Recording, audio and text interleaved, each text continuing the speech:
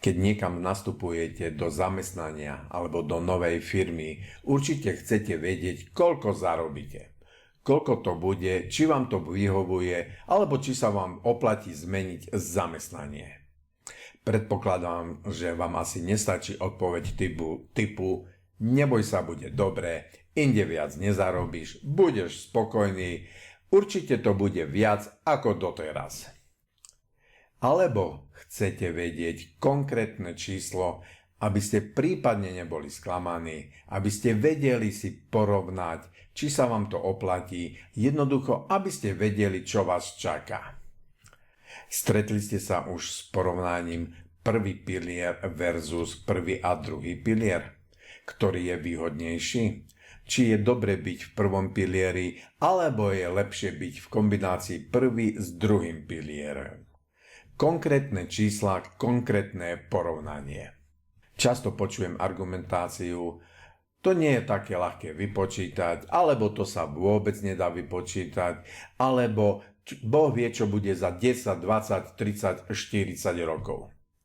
Ale pritom aj často počujem argumentáciu, že druhý pilier je oveľa výhodnejší ako prvý pilier.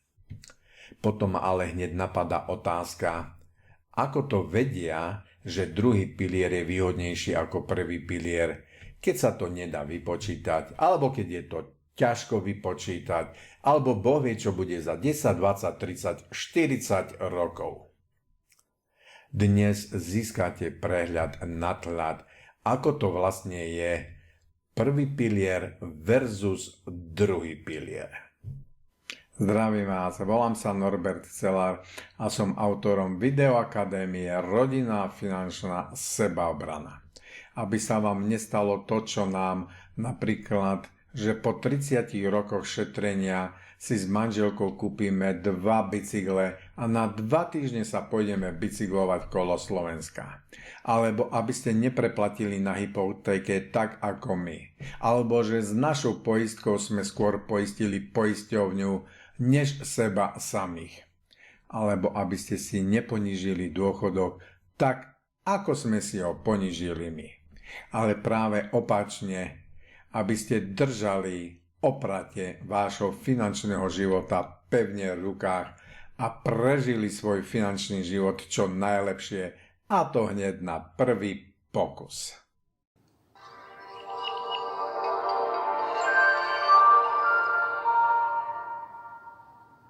Ešte 2 vety o štátom regulovanom dôchodkovom systéme. Dnes budeme hovoriť o prvom pilieri a porovnáme si to s kombináciou prvý s druhým pilierom. Ak nie ste si istí, ktorý pilier k čomu slúži, tak na konci videa budete mať možnosť si pozrieť hneď veľmi krátke stručné video, ktorý pilier k čomu slúži. Žiaľ, pri obhajovaní a pri presadzovaní druhého piliera sa často stretávame s tzv. Emocionálnymi argumentami. Napríklad argument na dôchodok nebude. Ale pritom faktom je, že 2/3 dôchodku sú v prvom pilieri, to je ten, na ktorý nebude, a len 1/3 ide do druhého piliera. A faktom je aj, že 1 400 000 dôchodcov bude mať nulu, keď na dôchodok nebude. Alebo sa im zníži dôchodok o 30, 40, 50%, potom už nezaplatia elektrinu, vodu, plyn a je tu kolaps štátu. Ďalším argumentom, ktorý sa často používa, je, druhý pilier je výhodnejší ako prvý pilier. A faktom je, ktorý som už spomenul, kde sú konkrétne čísla a porovnania.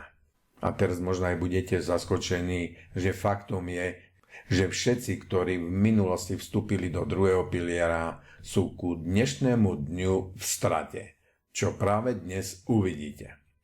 Častým argumentom je, že prvý pilier sa nezhodnocuje.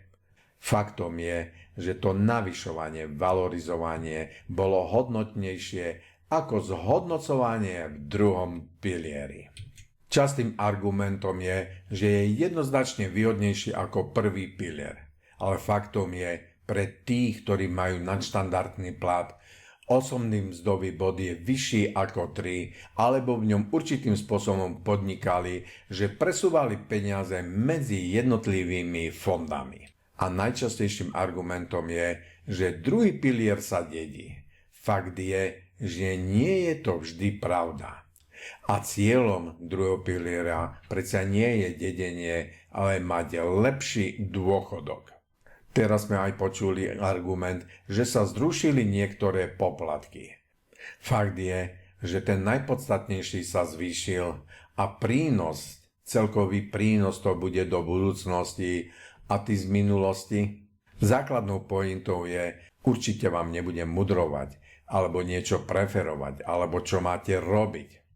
Čiste len argumenty a fakty, ktoré sú overené číslami a porovnaniami. A teraz už poďme na to.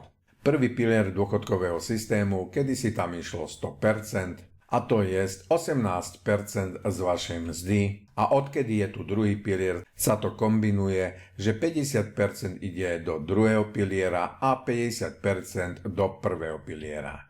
Čiže celá čiastka, ktorá ide do dôchodkového systému, je rozdelená na dve časti a 50% ide do prvého piliera, 50% do druhého piliera. 9% z vašej mzdy ide do prvého piliera a 9% ide do druhého piliera.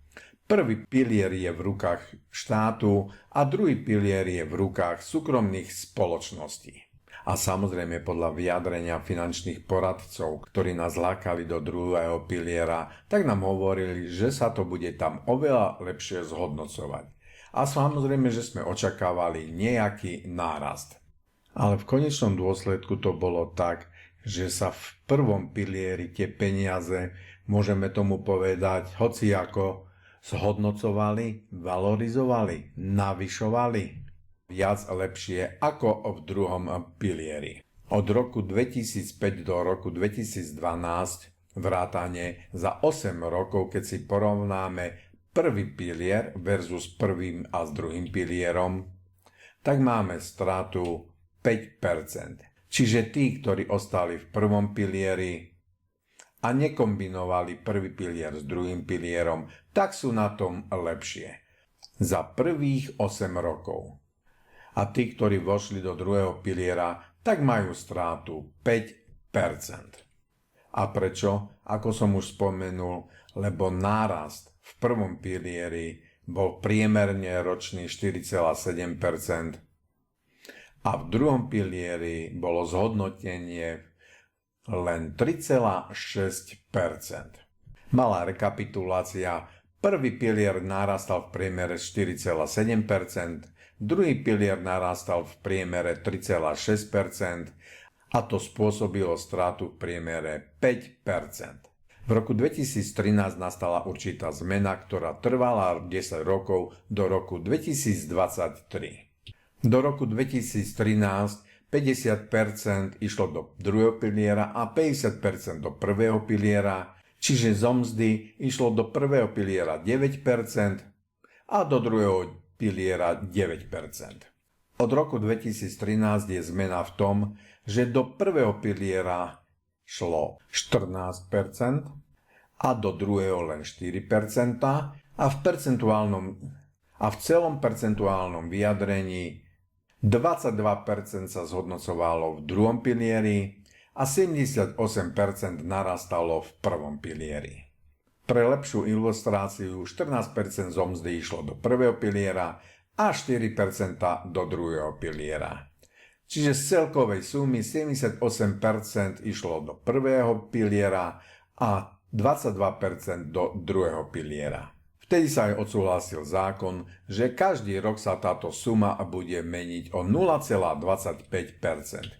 Čiže z prvého piliera sa bude presúvať 0,25% do druhého piliera každým rokom. Tuto bude klesať a tuto bude narastať. A aký je výsledok ku dnešnému dňu, keď si to porovnáme s prvým pilierom? Strata oproti prvému pilieru sú zhodou okolností zaokrúhlenie tiež 5%. A prečo? Vtedajšia vláda presunula všetky peniaze do garantovaných fondov, kde bolo priemerné zhodnotenie len 2% a nárast dôchodku v danom čase bol 5,1%. Malá rekapitulácia, zmena v percentách 14 a 4, nárast 0,25% v priemere každý rok, z prvého piliera do druhého piliera, presunutie peňazí do garantovaných fondov, ktorých priemerný výnos sú 2% a v prvom pilieri bol priemerný nárast 5,1%. Strata oproti prvému pilieru 5%. A čo nás čaká v budúcnosti? Od roku 2027 12% z vašej mzdy pôjde do prvého piliera a 6% z vašej mzdy do druhého piliera. V percentuálnom vyjadrení celkovej sumy 66% do prvého piliera pod kontrolou štátu a 33% pod kontrolou súkromných spoločností. Zmena poplatkov od roku 2025 tiež majú postupný vývoj a v roku 2025 budú zastabilizované a bude to mať takýto prínos pre nás. Staré poplatky versus nové poplatky, čiže poplatky, ktoré sú do roku 2025 s novými poplatkami od roku 2025 budeme mať prínos toho 5,5%, ak tam budeme 20 rokov. Čiže po 20 rokoch budeme mať prínos 5,5% na poplatkoch, ale to len porovnávame v druhom pilieri staré poplatky s novými poplatkami. Samozrejme, že každé euro naviac je dobré. A keď tam budete 40 rokov, tak to bude pre vás prínos 16%, keď porovnávame staré poplatky s novými poplatkami. A perspektívne zhodnotenie, a máme z toho určitý prínos, tak hlavným prínosom je, že v druhom pilieri sú už teraz iné možnosti, kde sa môžu zhodnocovať naše peniaze. A z určitej niekoľkoročnej skúsenosti týchto možností je takýto predpoklad. Keď vstúpite do druhého piliera v roku 2025, respektíve 2027, aká suma bude v prvom pilieri, aká suma bude v druhom pilieri a zastabilizované už budú aj definitívne poplatky, tak od tohto času po 20 rokoch budete mať o 10,1% vyšší dôchodok, ako keby ste len ostali v prvom pilieri. A po 40 rokoch to bude 24,2%. Čiže na základe skúseností z minulosti je predpoklad, že od roku 2025 do roku 2027, keď budete tam 40 rokov, tak váš prínos oproti prvému pilieru, čiže kombinácia prvý pilier s druhým pilierom, bude pre vás prínos 24,2%. To sa dotýka tých, ktorí v podstate dnes alebo v roku 2025-2027 vstúpia do druhého piliera. Možno, že si dávate teraz otázku, odkiaľ berem určitú istotu, že to tak bude, že sa to tak nejak bude vyvíjať. V podstate je to na základe troch vecí. Prvou je, že poznám, aké sú 18-ročné skúsenosti vývoja prvého piliera a druhého piliera. Po druhé, zahrnul som všetky podmienky ako z prvého, tak aj z druhého piliera. A treťou je, že v kalkulačke si môžete nahodiť všetky podmienky druhého piliera na obdobie 10, 20, 30, 40 rokov a porovnať si to s konkrétnymi výsledkami prvého piliera. Samozrejme, nevieme dnes, čo bude od dnes za 20, 30 alebo 40 rokov. Často počujeme, populácia klesá, nebude na dôchodky, ale v tej chvíli ma aj napadá, automatizácia stúpa, nebude práca. Máme tu automatizáciu, mechanizáciu, robotizáciu, optimalizáciu, digitalizáciu a na dôchodky nebude? Ďalej naše dôchodky budú ovplyvňovať politici, či budú pri moci liberáli alebo demokrati, ľavičiari alebo pravičiari. Samozrejme aj ekonomický vývoj Slovenska a globalizácia sveta. No a keď sa priškrtí prísun peňazí do sociálnej poisťovny kvôli nižšej populácii, nepriškrtí sa aj prísun peňazí do súkromných správcovských spoločností kvôli nižšej populácii? No a samozrejme vaše individuálne rozhodnutie, komu viac veríte, štátu alebo súkromným spoločnostiam. Možno vo všeobecnosti nenoste všetky vajíčka v jednom košíku a rozdielte si ich do dvoch častí. Zrejme, keby som mal dnes 25 rokov, 30 a mal by som tieto informácie, tak zrejme by som vstúpil do druhého piliera. A bez ohľadu, či ste v prvom pilieri, alebo kombináciu prvého a druhého piliera, alebo možno aj tretí pilier, a bez ohľadu, ako ste sa rozhodli, alebo sa idete rozhodnúť, vždy je najdôležitejšie, aby ste využili tie najlepšie podmienky, ako v prvom, v druhom, tak aj v treťom pilieri. To bola 10-minútovka do sveta rodinných financií. Otázka na vás. Vidíte viac svetla v dôchodkovom systéme prvý pilier versus druhý pilier? Ak chcete pevne držať oprati vášho rodinného finančného života, samozrejme aj dôchodkový systém a sám sa objektívne rozhodovať, čo je pre vás to najlepšie, kliknite na link dole pod videom, nájdete ho s názvom Seminár Rodinná finančná sebaobrana a prihláste sa na seminár. A vyhnete sa chybám, aké sme urobili my s manželkou a určite prežijete váš rodinný finančný život čo najlepšie a to hneď na prvý pokus. Napíšte mi prosím váš názor na toto video dole do komentárov. Poteším sa každému vášmu príspevku alebo lajku, ak sa vám video páčilo. Ak ste tu prvýkrát, prihláste sa na odber a samozrejme všetci si môžete pozrieť video o dôchodkovom systéme, krátke video o dôchodkovom systéme, aby ste mali lepší prehľad o prvom, druhom a treťom pilieri. Prajem vám pekný, produktívny finančný život.